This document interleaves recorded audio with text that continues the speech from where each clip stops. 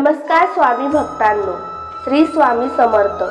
ही घटना आहे मराठवाड्यातील एका छोट्या गावात राहणारा संतोष पाटील नावाचा तरुण, मेहनती आणि थोडा तापट स्वभावाचा। शेजाऱ्यांसोबत जमिनीच्या सीमावादावरून त्याचं अनेक दिवसापासून भांडण सुरू होतं। बोलणं बंद होतं, नजरा भिडल्या तरी आग लागायची।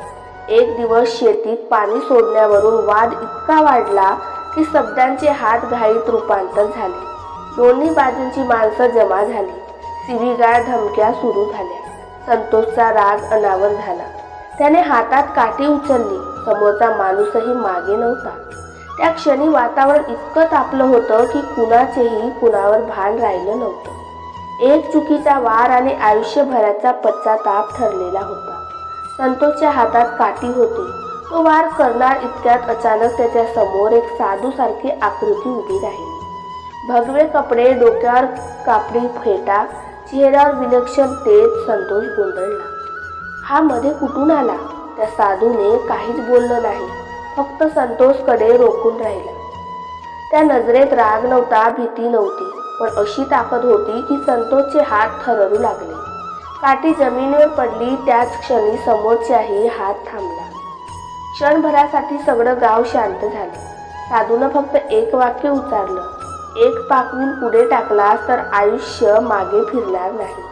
हे शब्द ऐकून संतोषच्या अंगावर काटा आला। त्याच्या डोळ्यांसमोर क्षणात बायको, लहान मुलं, आई वडील उभे राहिले। तो खाली बसला, डोळ्यातून पाणी वाहू लागलं। तेवढ्यात गावातले लोक भानावर आले। भांडण थांबलं, पोलीस येण्याआधीच परिस्थिती शांत झाली। पण पुढचे धक्का तेव्हा बसला, संतोषने आजूबाजूला पाहिला, तो साधू तिथे नव्हताच। लोकांना विचारलं, इथं साधू कोण उभा होता? सगळ्यांनी एकच उत्तर दिलं, इथे कुणीच साधू नव्हता, भांडणात तर कुणी मध्येही पडलं नव्हतं। संतोष हादरला, मग तो कोण होता? त्या रात्री संतोष झोपू शकला नाही।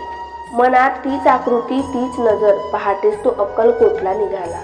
मनात एकच शंका होती, अक्कलकोटला पोहोचून स्वामी समर्थाच्या मूर्तीसमोर उभा राहिला आणि क्षणातच त्याचे डोळे भरून आले, कारण त्याला कालच्या साधूचा चेहरा स्पष्ट आठवला।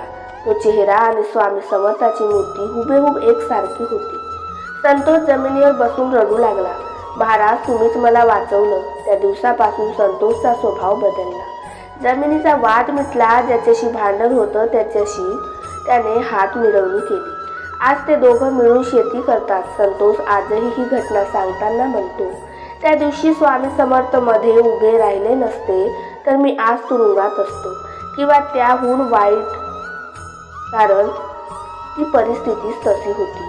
ही कथा एकच गोष्ट शिकवते, स्वामी समर्थ चमत्कार फक्त मंदिरात करत नाही, कधी कधी ते दोन उगारलेल्या हातांच्या मध्ये उभे राहून आयुष्य वाचवतात।